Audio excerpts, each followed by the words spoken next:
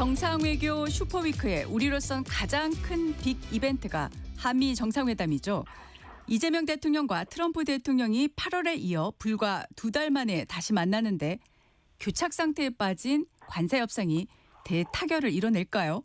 몇 시간 앞으로 다가온 한미 정상회담의 주요 의제와 전망을 국가안보전략연구원 성기영 미국 연구센터장과 알아보겠습니다. 센터장님 나와 계시죠? 네, 안녕하세요. 네, 안녕하십니까? 자, 오늘 열리는 한미 정상회담 주요 의제부터 좀 간략하게 설명해 주시죠. 네, 국민 여러분들이 아무래도 가장 큰 관심을 갖고 계시는 의제가 관세 협상일 겁니다. 그래서 우선은 관세 협상을 첫 번째 의제로 꼽을 수가 있고요. 네. 이른바 한미동맹의 현대화라는 이름으로 지금 양국 간에 논의되어 왔던 문제들이 있습니다. 방위비 증액 문제가 있고 네. 주한미군의 역할과 지위 변경에 관한 문제, 전자권 전환 문제 이런 것들이 이제 논의가 될 수가 있겠죠. 그리고 트럼프 대통령이 이번 아시아 순방 과정에서 여러 차례 북한의 김정은 위원장을 만나고 싶다는 의지를 밝혔잖아요. 네. 그리고 우리 정부도 지금 페이스메이커론을 내세우면서 북미 정상회담이 열릴 경우에 이것을 촉진하고 지원하겠다 이런 의사를 밝혔기 때문에 네. 양국 정상 간의 북미 대화 재개에 관한 논의도 진행되지 않을까 이렇게 예상을 해볼 수 있겠습니다. 네. 자, 그러면 먼저 최대 현안 역시 한미 관세 후속 협상인데 최근의 움직임을 보면 미국은 협상 타결을 압박하고 우리는 좀 우리 쪽의 입장을 강하게 반영하기 위해서 버티는 양상이었다가 지금 스콧 베센트 재무장관 발언 이후에 미국도 신중론으로 돌아선 모양새다 이런 분석이 나오는데 일단 센터장님 일단 결론부터 전망을 해볼까요? 지금까지 양국에서 나온 발언을 봤을 때 이번 한미 정상회담에서 유의미한 합의 도출 가능할까요? 결론적으로 말씀드리면 똑 떨어지는 결론이 나오기는 힘들다 이렇게 예상해 볼 수가 있겠는데요. 네. 지금 말씀하신 대로 이제 한미 양국 당국자들의 발언에서 좀 유추를 해보면 미국이 지금 한국을 포함한 전 세계 무역 상대국을 상대로 상호 관세율을 발표했던 게 4월이었고요. 네. 우리와 이제 7월 말에 통상협상을 통해서 8월 1일부터 미국이 한국을 대상으로 부과하기로 했던 상호 관세율을 25%에서 15%로 낮추는 대신에 우리는 3,500억 달러의 대미 투자 패키지를 발표했었던 거거든요. 네네. 그리고 나서 이제 8월에 이재명 대통령과 트럼프 대통령의 정상회담에서 여기에 대한 구체적 방안이 나올 것이라고들 예상을 했었는데 네. 결국은 북한 이야기를 주로 하다가 정상회담이 끝났죠. 네네. 그래서 이 관세 협상은 이미 3개월 이상 끌어온 문제고 또 하나 주목해서 보셔야 될 부분은 지금 미국이 중국의 그 히토류 수출 통제나 네네. 또는 11월 1일부터 중국에 대해서 히토류 수출 통제를 풀지 않으면 100% 추가 관세 부과하겠다. 이런 그 미중 무역 전쟁에 대한 분위기들이 사실 내일 그 미중 정상회담을 통해서 미국이 타결짓겠다 이런 의지가 좀 강해 보이거든요. 네네. 그러니까 관세 협상도 최대한 미국 입장에서는 마무리 지으려고 할 가능성은 있다고 보여지는데 네.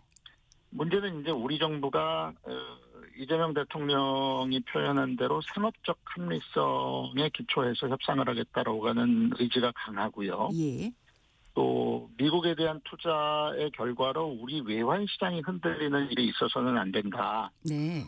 하는 입장이 있기 때문에 지금 구체적인 숫자를 놓고 이번 정상회담에서 유의미한 결과가 도출되기는 쉽지 않다. 이렇게 말씀드릴 수가 있겠습니다. 네. 유의미한 결과가 나오기는 쉽지 않다고 말씀은 하셨는데 이제 정상 간의 만남이다 보니까 결과 발표는 또 해야 되지 않습니까? 그렇다면 형식상으로 어떤 방식으로 결과를 발표할 수 있을까? 예를 들면 뭐 지금 나오고 있는 얘기 중에 안보 협상만 발표하던가 아니면은 뭐 설명 자료를 낸다던가 뭐 등등의 여러 가지 형식이 있을 텐데요. 일단 한미 공동성명이 이번에 발표된다는 전제하에 말씀을 드리면 네. 통상 이 정상회담 결과 공동성명 문안은 미리 작성을 해놓잖아요. 네. 그리고 민감한 현안이나 최종적으로 조율되지 않은 문제들은 공란으로 해놓고 일단 초안을 만드는 경우가 일반적입니다. 네. 그런데 이제 말씀하신 대로 관세 문제와 지금 안보 문제가 있는데 지금까지 진행되고 있는 실무 협상의 분위기들을 보자면 관세 문제보다는 이 안보 문제 쪽에서 상호 합의가 가능한 부분이 좀 더 많이 도출될 가능성이 있어 보여요. 네. 일단 트럼프 대통령이 가장 큰 관심을 갖는 문제가 국방비 증액 문제잖아요. 네네. 그러니까 작년에 대선에 승리한 직후부터 네. 우선 그 나토 회원국들에 대해서 국방비 지출을 GDP 대비 5%까지 늘려라 이렇게 네. 강하게 요구를 했고요. 네. 결국 지난 6월 달에 나토 정상회의에서 이것을 관철을 시켰습니다. 네. 어제 그 미일 정상회담에서도 일본이 방위비 증액에 관한 강력한 의지를 밝힌 바가 있고요. 그렇죠. 그래서 이런 그 안보 협상의 결과가 한국에도 이제 반영이 될 것이고 네. 이것이 이번 정상회담의 결과로서 조금 더 구체적인 모양새로 발표가 된다면 네. 아마도 관세 협상 문제는 지금까지 유지해온 그 양국의 공통 분모, 공감대를 원칙적 수준에서 입장 표명을 하고 그 다음에 후속 협상으로 이어지는 그런 형태를 생각해 볼 수가 있겠습니다. 네, 알겠습니다. 자, 핵심 쟁점에 대한 질문을 좀 드리겠습니다. 지금 3,500억 달러, 우리 돈 500조 원 규모의 대미 투자 규모와 방식을 놓고 한미가 지금 입장을 좁히지 못하는 걸로 나타나지 않습니까? 가장 네. 최근의 보도를 보면은 미국은 8년간 연간 250억 달러씩 총 2천억 달러의 현금 투자를 요구하고 있고 최근 보도를 보면 우리는 연간 150억 달러 넘는 액수는 투자하기 힘들다고 방어하고 있는 것으로 알려지고 있습니다. 자, 네. 센터장님이 보시기에 지금 미국을 설득할 방법으로 뭐가 있다고 생각하십니까? 지금 이제 아까 말씀드린 대로 우리는 상업적 합리성이라고 하는 그 원칙에서 협상을 하고 있고, 네. 우리 외환 시장에 주는 충격을 최대한 줄여야 된다라고 하는 두 번째 원칙이 있기 때문에, 네. 뾰족한 방법이 있어서 단시일 내에 미국과의 협의가 도출될 것 같진 않아요. 네. 조금 특이한 것은 이제 과거에 보면 트럼프 대통령의 협상 방식이라고 하는 게 계속 그 상대국을 상대로 꼴대를 옮겨가면서 네. 이 자신들의 어떤 요구 조건을 관철하기 위한 이런 협상 전략을 써왔는데 이번 그 관세 협상 분위기를 보면 오히려 미국 쪽에서 마지막 단계에 와 있다. 네. 한국이 준비가 된다면 우리도 준비돼 있다. 이런 이제 표현을 사용하고 반대로 우리 쪽에서 이 협상이 장기화할 수도 있다라는 좀 버티고 국면으로 들어가 있는 거거든요. 네. 그래서 이제 이게 계속 이슈가 되고 있을 텐데 문제는 아까 말씀드린 그 우리 외환 시장에 충격을 주지 않는 규모가 어디까지냐. 예. 이제 최근에 그 이창용 한국은행 총재가 그런 얘기를 했습니다. 1년 내에 우리 외환 시장에 충격을 주지 않고 한국은행에서 조달할 수 있는 외화 규모가 한 150억에서 네. 200억 달러 수준. 네네.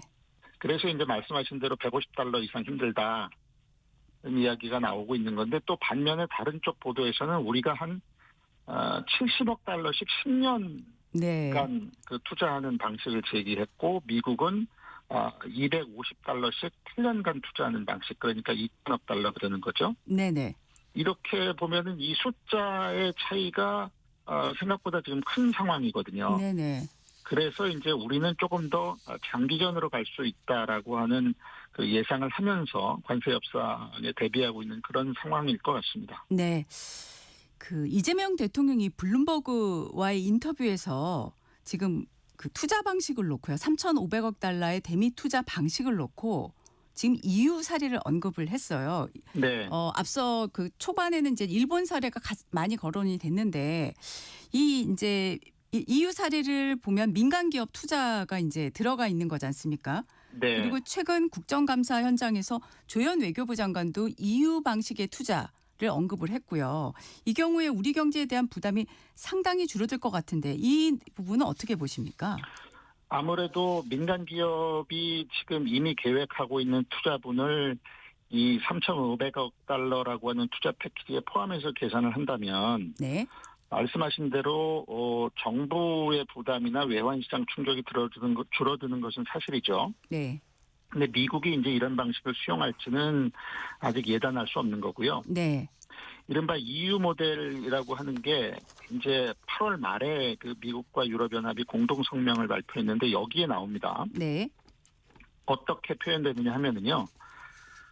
유럽 기업들은 2028년까지 미국 내의 전략적 분야에 걸쳐서 6천억 달러를 추가로 투자할 것으로 예상된다. 영어로는 이게 expected라고 표현이 되어 있어요. 네. 그러니까 예상된다, 기대된다, 뭐 이 정도의 수준의 언급인데 네네. 이 공동성명이 총 19개 조로 이루어진 매우 긴 내용입니다. 그런데 지금 제가 말씀드린 내용이 6조에 나오고요. 네. 또 바로 이어지는 7조에는 이 미국이 더 원하는 내용이 들어가 있어요. 아. 뭐냐 하면 EU가 이 군사장비 조달 분야에서 미국 제품의 조달을 크게 늘리기로 계획한다. 네. 영어로는 substantially increase라고 하는 표현을 썼는데요. 네네. 이 EU 국가들이 대부분 나토에 가입을 해 있고 또 국방비 증액을 이미 하기로 결정해 놓은 상황이기 때문에 예. 미국은 EU 국가들, 유럽 국가들이 이 예산 증액분으로 미국의 군사 장비를 구매해라. 이런 이제 트럼프 대통령의 의중이 이 또 조항에 같이 반영이 되어 있거든요. 네네. 그러니까 우리가 EU 모델이라고 할 때는 이런 부분들을 좀 복합적으로 포괄적으로 볼 필요가 있다라고 생각을 합니다. 네.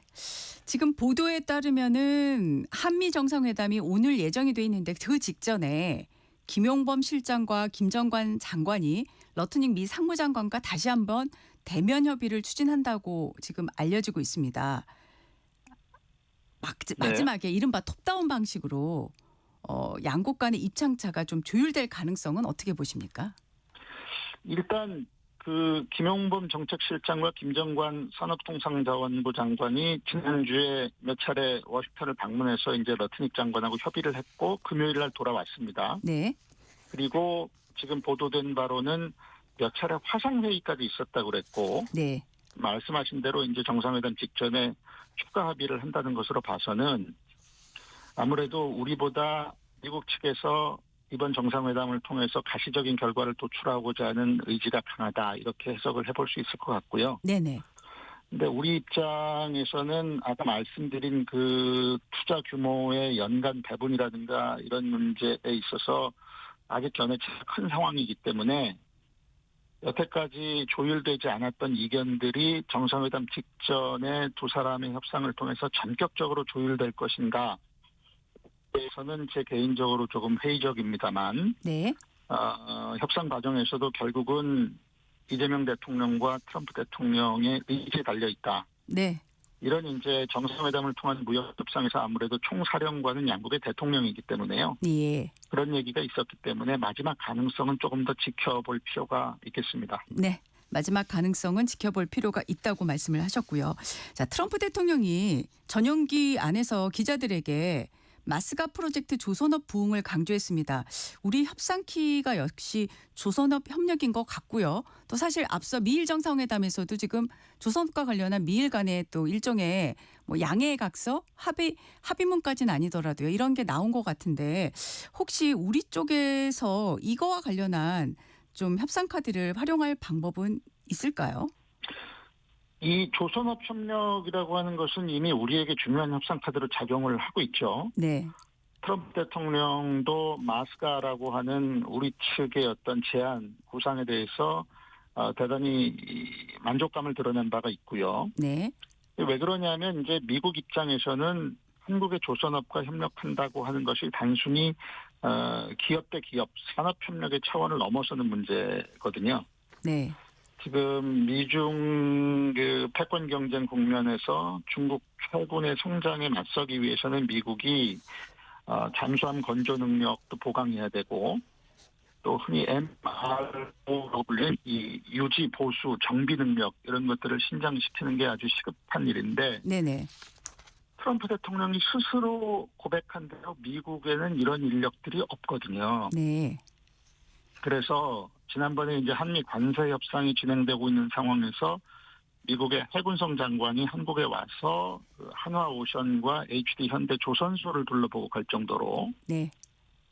조선업 협력 분야가 우리에게 굉장히 이 협상의 레버리지가 되는 것은 사실인데 과연 이번 관세 협상이나 한미 정상회담에서 조선업 분야가 어떤 핵심적 역할을 말씀하신 대로 할 것이냐. 예.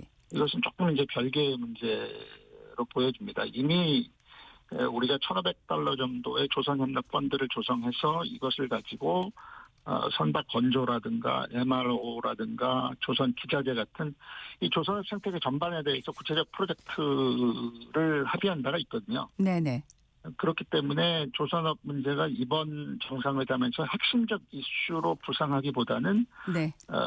관세 협상의 절차와 시기 이런 것들을 토대로 해서 투자처와 이익 배분 방식이라고 하는 후속 협상으로 갈 수 있는 디딤돌을 놓는 것이 아무래도 가장 큰 쟁점이라고 볼 수가 있겠습니다. 네. 지금 대미 투자 금액 또 방식 또 기간 뭐 이것에 이제 모든 관심이 쏠리면서 한동안 관심을 크게 받았던 한미 통화 스와프 얘기는 조금 보도도 뜸하고 있는 상황이긴 합니다만은 이 통화 스와프 문제는 협상 과정에서 재부상할 가능성은 없을까요? 사실 이제 협상 초기는 그 통화 스와프를 무제한으로 한미 간에 체결하는 이런 아이디어가 논의된 적이 있었죠. 네.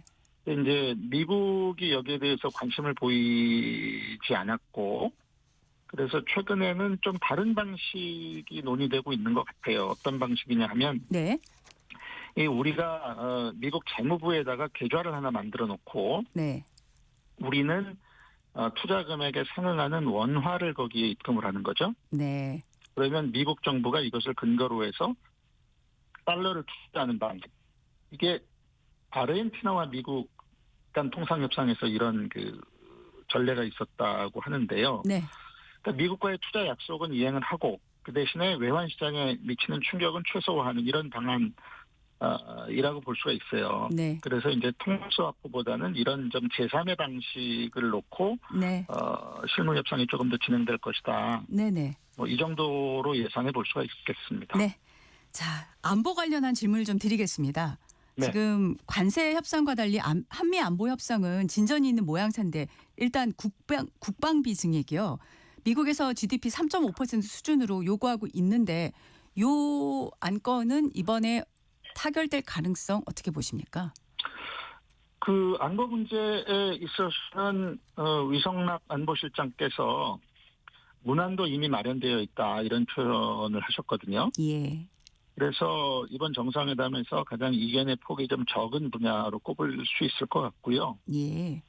우리 정부도 이미 국방비 증액의 필요성을 강조하고 있었기 때문에 아마도 일본하고 유사한 방식이 될 텐데 우리 측이 국방비 증액 계획을 한미 정상회담 계기를 통해서 선제적으로 밝히는 방식도 생각을 해볼 수가 있을 겁니다. 네. 그리고 트럼프 대통령의 입장에서만 보면은요. 네. 이번 이제 한국 방문에서 여러 가지 이벤트들이 있잖아요. 첫 번째 중요한 게 사실 미중 정상회담이죠. 내일 열리는. 네. 그리고 트럼프 개인이 계속 강조하고 있는 김정은 만나는 거예요. 예. 그런 의미에서 보면은 오늘 열리는 한미 정상회담은 철저하게 트럼프 대통령의 머릿속에서 생각해 본다면 미중 정상회담이나 김정은과 만나는 것보다 우선순위가 떨어진다는 얘기가 되는 거거든요. 네. 이게 이제 우리 입장에서는 조금 더 그 수월한 어떤 협상판을 만들어주는 효과가 있을 것이라고도 보여지는데 네. 트럼프 대통령은 어떻게든 한미 정상회담에서 많은 것들을 해결하고 넘어가고자 하는 그런 의지가 강한 것으로 지금 읽혀집니다. 네. 또 다른 의제가 이제 한미 원자력 협정 개정 문제인데요. 최근에 위성락 실장이 KBS에 나와서도 상당히 그 양국 간에 협의가 잘 되는 것으로 이렇게 얘기하셨거든요. 이거는 어떻게 전망하십니까? 위성락 실장께서 이제 긍정적 반응이 있었다라는 표현을 쓰신 걸로 제가 기억을 하는데요. KBS 프로그램에서. 네. 사실 이 부분이 이제 우리 입장에서만 보면 네. 한미 정상회담을 통해서 우리의 국익을 증진시킬 수 있는 가장 중요한 포인트가 될 수도 있습니다. 네. 그동안 이제 우리나라가 26기나 되는 원전을 가동하면서도 핵 연료는 이 농축을 못하고 있기 때문에 계속 전량 수입에만 의존을 해왔고요. 예. 또 사용 후 핵 연료는 반대로 재처리를 못하기 때문에 계속 쌓아놓고만 있었던 거죠. 네. 근데 이게 뭐 기후 변화, 그다음에 최근에 AI 문제로 인한 전력 수요 폭증 이런 얘기를 많이 하는데 불가피하게 이제 원전 수요가 늘어날 수밖에 없는데 이 원전을 가동할 수 있는 연료 공급에 문제가 생기게 되면 이제 우리만 앉아서 당할 수 있다. 뭐 유럽 국가들은 또 자기네들끼리 협정이 있고요. 네. 일본은 이제 그 미일 원자력 협정을 통해서 미국의 사전 동의 없이 20%까지는 우라늄 농축이 가능한 상황이고 예. 그렇기 때문에 우리만 당할 수 있다 이런 절박감이 있었는데 이번에 이제 원자력 관련 합의가 정치적으로 양 정상 간에 이루어진다면 차후에 이 원자력 협정 개정을 통해서 하나의 돌파구가 열릴 수 있다라고 볼 수가 있기 때문에 네. 이 부분이 가장 우리로서는 의미 있는 정상회담의 성과가 아닐까 이렇게 좀 기대감을 갖고 예상해 볼 수 있겠습니다. 네. 이번 회담에서 이재명 대통령이 엔드 이니셔티브 구상을 트럼프 대통령에게 설명하고 지지를 요청할 거란 관측도 있는데 어떻게 보십니까? 네, END 이니셔티브는 이재명 대통령이 유엔 총회 연설을 통해서 밝혔던 대북 정책의 큰 그림이지 않습니까? 네. 그렇기 때문에 이 구상의 배경과 실현 방안 이런 우리 정부의 구상을 트럼프 대통령을 상대로 설명하는 것이 지금 굉장히 중요한 과제로 구상이 되어 있고요. 네. 실제로 트럼프 대통령이 북한에 대해서 어느 정도 관심을 갖고 있는지가 이번 아시아 순방 과정을 통해서 여러 차례 표현이 되는 바가 있지 않습니까? 네. 그렇기 때문에 이재명 대통령이 이 END 구상에 대해서 트럼프 대통령에게 설명할 때 굉장히 관심을 갖고 듣고 보고 또 향후 트럼프 대통령의 대북 메시지에도 이러한 부분이 반영되지 않을까 하는 기대감을 가져볼 수가 있겠습니다. 네. 자, 북미 대화가 트럼프 대통령의 지금 머릿속에 들어가 있는 가장 중요한 의제 가운데 하나라는 말씀 앞서서 해주셨는데 네. 자, 오늘 아침에도 또 뭐 순항 미사일을 어제 발사했다고 북한이 굳이 밝혔는데 자, 북미 대화 재개 가능성을 질문을 안 드릴 수가 없습니다. 일단 트럼프 대통령이 계속 만나자는 메시지는 보내고 있는데 북한이 어떻게 나올 거로 생각하세요? 뭐 오늘 내일까지 상황을 좀 봐야 되겠지만요. 네. 객관적으로만 놓고 보면 지금 북한이 이 트럼프 대통령의 이른바 러브콜에 곧바로 응할 가능성은 높지는 않다 저는 이렇게 이제 보고 있는데요. 예. 몇 가지 이유가 있습니다. 트럼프 대통령이 기내에서 대북 제재 해제 문제까지도 꺼냈고 네. 북한을 일종의 뉴클리어 파워다라고 표현하기도 했지만 북한 입장에서 보면은요. 대북 제재 해제 문제 하노이 노딜 당시하고 비교해 보면 자신들의 핵 능력이 굉장히 지금 올라와 있거든요. 예. 그때는 이제 중국하고 러시아가 또 유엔의 대북 제재를 적극적으로 이행하고 있는 상황이었고 지금은 북중러 연대와 결속이 굉장히 강화됐고 또 유엔 제재의 이행 자체도 굉장히 부실하게 되고 있는 구멍이 말하자면 숭숭 뚫려 있는 그런 상황이에요. 네네. 그렇기 때문에 이제 그런 대북 제재 해제 언급에 김정은 위원장이 바로 반응해서 정상회담에 나오는 결과를 예상하기는 쉽지 않을 것 같다는 것이 제 개인적인 판단입니다. 네, 알겠습니다. 그렇다면 쉽지 않을 것 같다고 말씀을 하셨는데 지금 북한의 청구서 값이 더 올라갔다라는 얘기들 많이 하지 않습니까? 네. 북한을 대화 테이블로 끌어내려면은 어떤 게 지금 북한 쪽에 제시가 돼야지 북한이 움직일 거라고 생각하십니까? 지난번에 이제 9월 21일 날 김정은 위원장이 최고인민회의에서 연설을 했는데요. 네. 여기에 보면은 두 가지를 얘기하면서 이 두 가지를 미국이 가져오면 당시 연설의 표현상으로는 미국과 마주서지 못할 이유가 없다 이렇게 이제 이야기를 합니다. 예. 첫 번째는 비핵화 집념을 포기하라는 것이고 두 번째는 진정한 평화 공존 의지를 보여달라는 거예요. 네. 근데 비핵화 집념 부분은 트럼프 대통령의 메시지에서 이제 북한을 자꾸 핵보유국으로 지칭을 하니까 네. 그것과 관련해서 이제 어느 정도 해소가 됐다고 볼 수 있는데 진정한 평화 공존이라고 하는 것은 북한이 핵을 가지고 있다라고 하는 사실이 아니라 북한의 핵보유국 지위를 인정을 하고 그것을 바탕으로 해서 핵 군축 협상을 하자라고 하는 메시지거든요. 네네. 그래서 그런 부분들에 대한 미국 쪽에 그리고 한미 양국의 어떤 그 협의를 거쳐서 구체적인 그 로드맵 같은 것들이 제시될 때 북미 정상회담 그리고 그것을 통한 네. 남북 관계의 개선은 조금 더 가까워질 것이다 이렇게 볼 수가 있겠습니다. 네. 오늘 말씀 여기까지 듣겠습니다. 지금까지 국가안보전략연구원 성기영 미국 연구센터장이었습니다. 고맙습니다. 네, 감사합니다.